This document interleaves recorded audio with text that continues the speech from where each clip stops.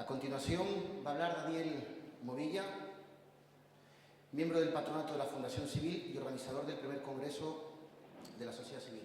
Cuando contacté con él, lo que le pedí en nuestras charlas fue que nos explicara cómo ha sido ese congreso, qué se ha aprendido, qué errores se han cometido, qué aciertos se han cometido y sobre todo que nos traslade una metodología que a lo mejor aquí podemos ponerla en marcha. Daniel.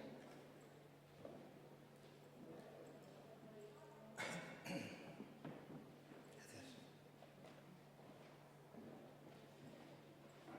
Bueno, buenas noches a todos. Gracias por su asistencia. La verdad es que es muy difícil hablar después de Enrique por la experiencia y por cómo lo hacen. Yo tengo que leer algunas cosas porque realmente quiero que ustedes lleguen a comprender la profundidad del movimiento que nosotros estamos intentando liderar en toda España. Hace más de 26 siglos, un conocido poeta griego sentenció: la sociedad se abre paso siempre, como la vida, como el agua, como el fuego, porque son indomables. Y he querido traerles aquí esta primera cita para negarla absolutamente, al menos ponerla en duda en nuestro país. Y hacerles a continuación otra pregunta. ¿De verdad creen que nuestra sociedad emite hoy señales de madurez?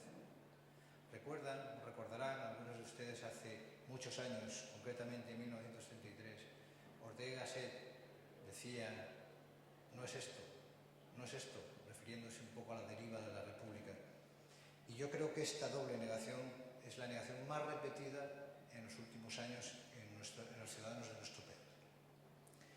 Aquellos que integramos la llamada sociedad civil española, yo creo que no es esto lo que nosotros esperábamos.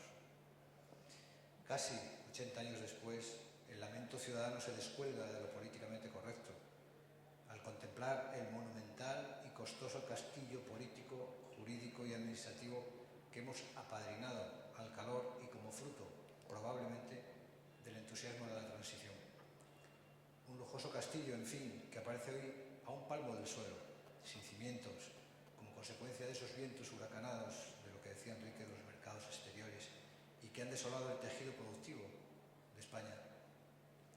Y para mí no es que se haya reavivado el viejo debate de la España que bosteza frente a la España viva y emprendedora que decía Antonio Machado, ni se trata, desde luego, del regreso casi permanente a la interminable e insuperable diferencia de criterios a la hora de definir España. Pero tenemos un lujoso castillo, aunque inviable e insostenible. Tras los destellos de bonanza que hizo el cambio de milenio, los efectos de la crisis financiera internacional y el pinchazo de ladrillo ha provocado la súbita caída de las escamas que impedían ver al rey desnudo durante su ostentoso paseo por las calles de la ciudad. Los presupuestos generales de las distintas administraciones se recortan ahora a regañadientes y con gestos de dolor, cual nuevo rico que llora por su efímero disfrute de la superabundancia. La deuda pública se multiplica hasta rozar en 4 años el 70% de nuestro empobrecido PIB. El déficit bate los récords. La España del pleno empleo se levanta ahora cada mañana con más de 5 millones de desempleados y con más de 3 millones de empleados públicos. El consumo se desploma, igual que la actividad productiva, y los ingresos impositivos han tocado fondo. No hay recursos y el margen para elevar la presión fiscal es mínimo, o en todo caso insolidario e injusto. Y además, sin posibilidad de acudir al tradicional mecanismo de la devaluación de la moneda. Esto, y lo siento, estoy describiendo España, la España de hoy, 17 de noviembre del 2011. Así España llora hoy con más resignación que rabia, acuciada más por la necesidad que por la ideología. Como han apuntado destacados responsables políticos en consonancia con la advertencia de los expertos, ya nada volverá a ser igual. La España de las regiones, la nación de naciones, la que degustó el elixir de la riqueza, está hoy obligada a ajustar su gasto al nuevo estado de los ingresos. Y así, con argumentos más humildes que los de la élite de 1898, se extiende la opinión ciudadana que exige repensar de nuevo este país y su idea del estado de bienestar. Necesitamos arquitecturas administrativas fuertes, pero no voluminosas. Y necesitamos responsables públicos que ejerzan la política y que no se limiten a gestionar el gasto corriente y la escasa inversión productiva. Necesitamos que la tupida red administrativa se suprima en las instituciones provinciales, ajenas ya a la nueva organización territorial, cuyas funciones escasas y costosas pueden ser absorbidas por las comunidades. La provincia ciertamente forma parte del cuerpo constitucional, pero nadie obliga a mantener medio centenar de parlamentos más proclives al gasto que a la prestación de servicios, cuando no se convierten en atalayas partidistas para desgastar a gobiernos municipales o autonómicos de distinto color político. ¿Y qué decir de los miles de municipios y entidades menores? La actual penuria de los recursos municipales es un escenario adecuado para avanzar en el diseño de un nuevo concepto municipal, en cuyo frontispicio figuren los criterios de eficacia y productividad. El castigo administrativo es en efecto insostenible, aunque en esta llamada a repensar España desde la independencia partidista e ideológica deberá ser la propia ciudadanía la que lleve la batuta, porque es quien tiene la potestad y porque ha perdido la confianza en los partidos políticos convencionales. Y dirán ustedes, o al menos muchos de ustedes, muy bien, pero ¿qué nos pide este señor que está hablando? Yo pido en este momento que se abra oportunamente la arquitectura del Estado a la iniciativa social, que se rompa la rígida endogamia de las estructuras partidistas, que se redefina el papel y la dimensión de las propias administraciones públicas, que la ciudadanía asuma el protagonismo que le corresponde, tanto por razones que se deriven del sentido común como por los argumentos básicos que encierra la letra de la legalidad vigente, refrendada por todos nosotros en 1978. De eso estoy hablando. La realidad, después de más de 30 años de la transición, es que el actual sistema de partidos como cauce de la participación en la dirección del Estado emite constantes síntomas de agotamiento. Y ese agotamiento de las funciones de representación ciudadana otorgados a las organizaciones políticas hace lógica la preocupación que ponen de manifiesto los españoles cuando confiesan que los políticos se han convertido en un serio problema para este país. Y eso lo constata el CIS, oleada tras oleada. La clase política, si cabe la expresión, se ha distanciado exageradamente de las inquietudes que transitan hoy por el torrente circulatorio de la sociedad.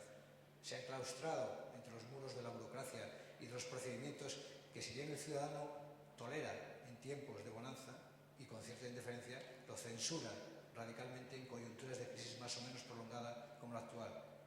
Y así, hoy, recuperan una rabiosa actualidad mensajes como el que lanzara hace casi medio siglo el 9 de Medicina Santiago Ramón y Cajal, que decía que en la máquina social hay que ser motor y no rueda.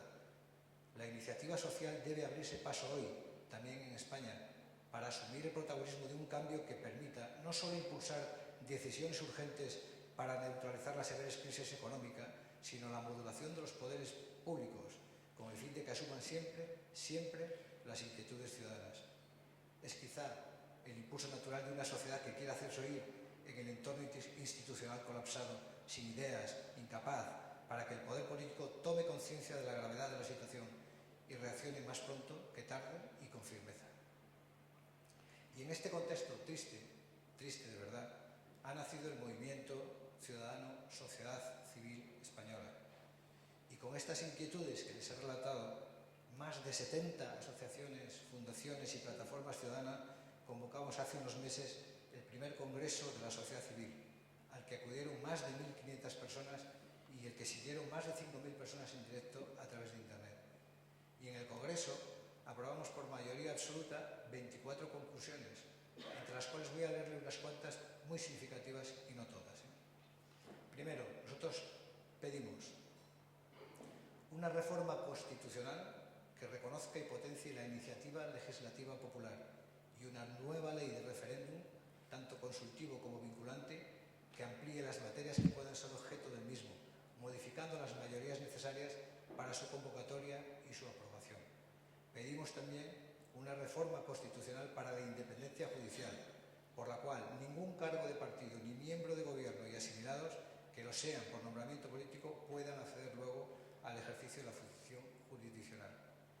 Tercero, transformar el actual estado de autonomías para crear una organización territorial del Estado eficiente y susceptible de ser costeada. Cuarto, el artículo 2 de la Constitución deberá quedar redactado como sigue. La Constitución se fundamenta en la indisoluble unidad de la nación española, patria común e indivisible de todos los españoles, y reconoce y garantiza la igualdad y el derecho a la solidaridad entre todas las regiones y todas las provincias de España. Quinto, obligación de sindicatos y asociaciones empresariales para que presenten sus balances y sus cuentas de resultados en el registro mercantil, como hacen la totalidad de empresas y otro tipo de entidades empresariales y fundaciones en España. Sexto, supresión de las subvenciones generalizadas por parte de todas las administraciones a todo tipo de empresas, fundaciones y organismos, salvo los casos claros y expuestos públicamente. 7.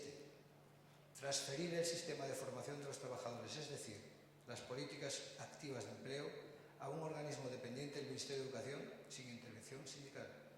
8. Reformar el estatuto del Ministerio Fiscal en todos los aspectos que limitan su independencia. 9.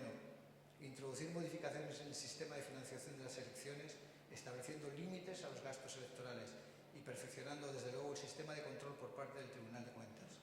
10. Reforma del sistema electoral español, en orden a consagrar incluso constitucionalmente el principio democrático de un hombre, un voto y con el mismo peso político. 11. Eliminación de cualquier estatuto jurídico privilegiado para la clase política. 12. Responsabilidad civil y o penal para todas aquellas personas que gestionen irresponsablemente o irregularmente fondos públicos. 13. Eliminación de la financiación pública de los partidos políticos, sindicatos, patronales, fundaciones de partidos y ONGs de dudoso servicio a la sociedad. Y por último, arbitrar el sistema para que cada electo responda directa y personalmente de sus decisiones políticas ante sus electores, al margen del cual sea el partido político que lo domine. Y con todas estas conclusiones, con una enorme ilusión, las llevamos al Congreso de los Diputados. Las entregamos en la Diputación Permanente del Congreso para que se las hiciesen llegar a los partidos políticos con representación parlamentaria. Y pedimos a esos partidos políticos que las incorporasen en sus programas electorales. En principio, ni un solo medio de comunicación recogió nuestra iniciativa y mandamos la convocatoria y mandamos las conclusiones a más de 55 medios de comunicación. Han pasado más de 30 días y ni uno solo de los partidos políticos ha contestado, ni por supuesto han incorporado las peticiones a sus programas electorales. Y creemos que son medidas urgentes, que se sitúan en el código de valores de una sociedad que desea recuperar su protagonismo, también en las instituciones públicas y en las tareas de gobierno del país. Ni una sola de nuestras peticiones ha sido atendida, ni una sola de nuestras reflexiones ha sido mencionada en los debates electorales. Y eso que detrás de nuestras plataformas, nuestras asociaciones, nuestras fundaciones, tenemos un respaldo de más de 2 millones de personas. Creemos que estamos en el camino adecuado, pero las grandes preguntas son: ¿cómo se puede conseguir que sean realidad esas conclusiones, que se implementen de verdad en nuestro sistema democrático? Son preguntas que me lanzaba también Juan Ferrer cuando definíamos el contenido de mis palabras. Bajo mi punto de vista, o bajo nuestro punto de vista, solo hay una manera para entrar en el sistema. Es entrando de verdad en el sistema y modificando el sistema. Solo desde dentro del sistema seremos capaces de romper el sistema. Renunciar a esta tarea sería un error, lo advirtió Ortega en su conocido artículo El error Berenguer. Decía: somos nosotros y no el régimen mismo, nosotros, gente de la calle, gente del 3 a 4 y nada revolucionarios, quienes tenemos que decir a nuestros conciudadanos españoles: vuestro Estado no existe, reconstruidlo. Creo sinceramente que España demanda nuevas maneras, más democracia participativa, más sociedad civil y más sociedad civil dentro del sistema partidista actual. Pero también creo que entrar en el sistema no va a ser fácil y tampoco será fácil explicar a la sociedad española que se puede entrar en el sistema, cambiar el sistema y salirse del sistema, tener fecha de caducidad, reformar y reintegrarse de nuevo a la sociedad, volver a ser gente de la calle, ciudadanos del 3 al 4. Nosotros seguiremos nuestro camino y estoy seguro que en él, que en nuestros objetivos de regeneración democrática, nos encontraremos con muchos